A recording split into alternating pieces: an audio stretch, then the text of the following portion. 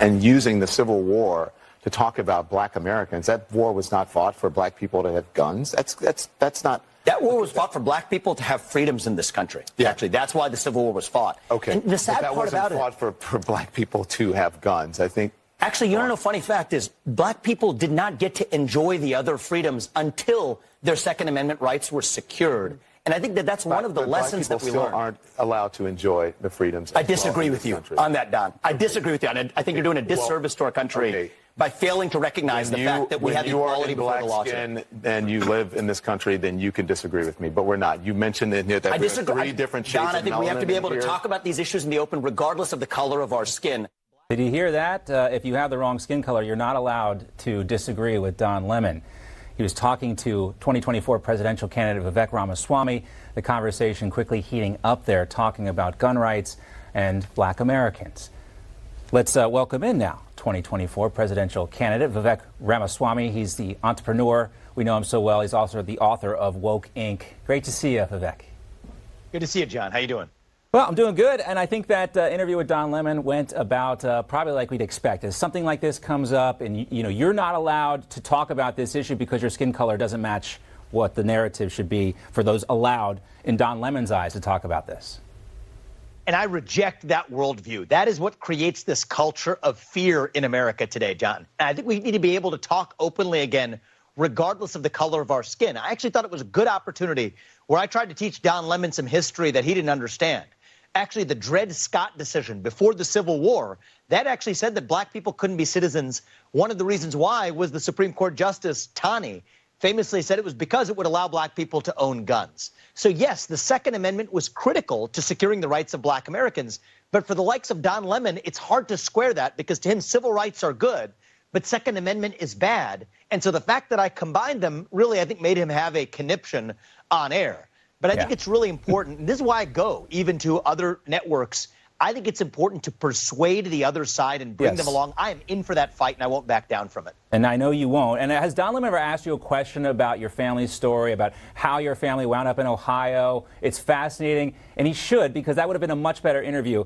But I want to talk about a couple stories right now that are in the headlines that underscore your point about this. And we'll start with a story out of Dadeland, Alabama. There were 3 teens have been arrested there, 4 people shot, 4 people killed rather, 16 people shot. But we know Ben Crump, he's not going to Alabama. Al Sharpton's not going to Alabama because they say, unlike that shooting in Kansas City, Missouri, there's not the right racial component here. Those are their words. There are also no gun control advocates there because these teens used handguns, and they're not always talking about banning handguns because that would never work. And they have to be assault weapons, otherwise the gun control advocates don't show up. The story has to be so custom tailored to a predetermined narrative for it to get any attention. It is shocking, John. First of all, one of the things that we need to address is the root cause, which is the loss of respect for rule of law in this country.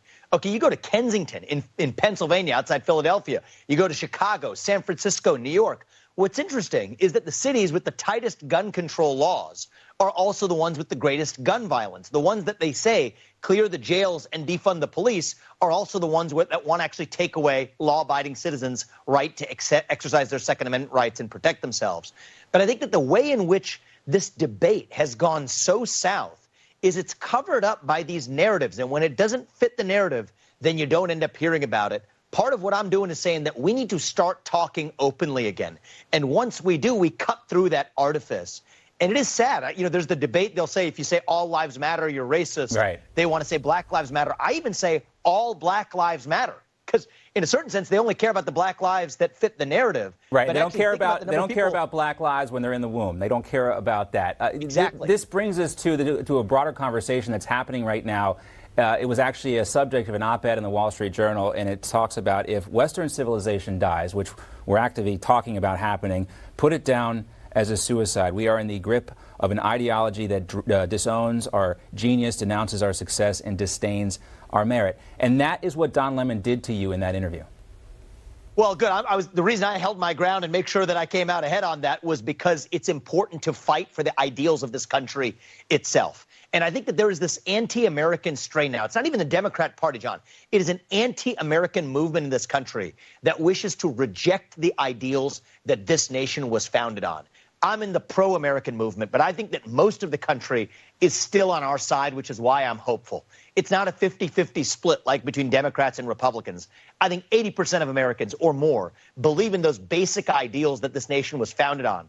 The question is, are we willing to be courageous enough and make the sacrifices to actually fight for those ideals? Right. That is why last night I went to a college campus. That is why yesterday morning I went and debated Don Lemon. We need that courage to actually see that through for our country, and that's what I'm hoping to deliver. And are Democrats going to have the courage to talk about what's happening? You know, we've talked about the decay, the American decay, and they don't want to talk about it. No, because some of it is their own policies that are making it be as bad as it is. Vivek, we want to get your reaction to Robert F. Kennedy Jr. announcing his long shot bid yesterday for the Democratic presidential nomination 2024. He did it in Boston. I want to play a bit of his speech and get your reaction after.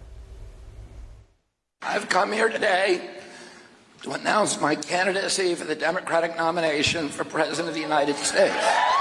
My mission over the next 18 months of this campaign and throughout my presidency will be to end the corrupt merger of state and corporate power.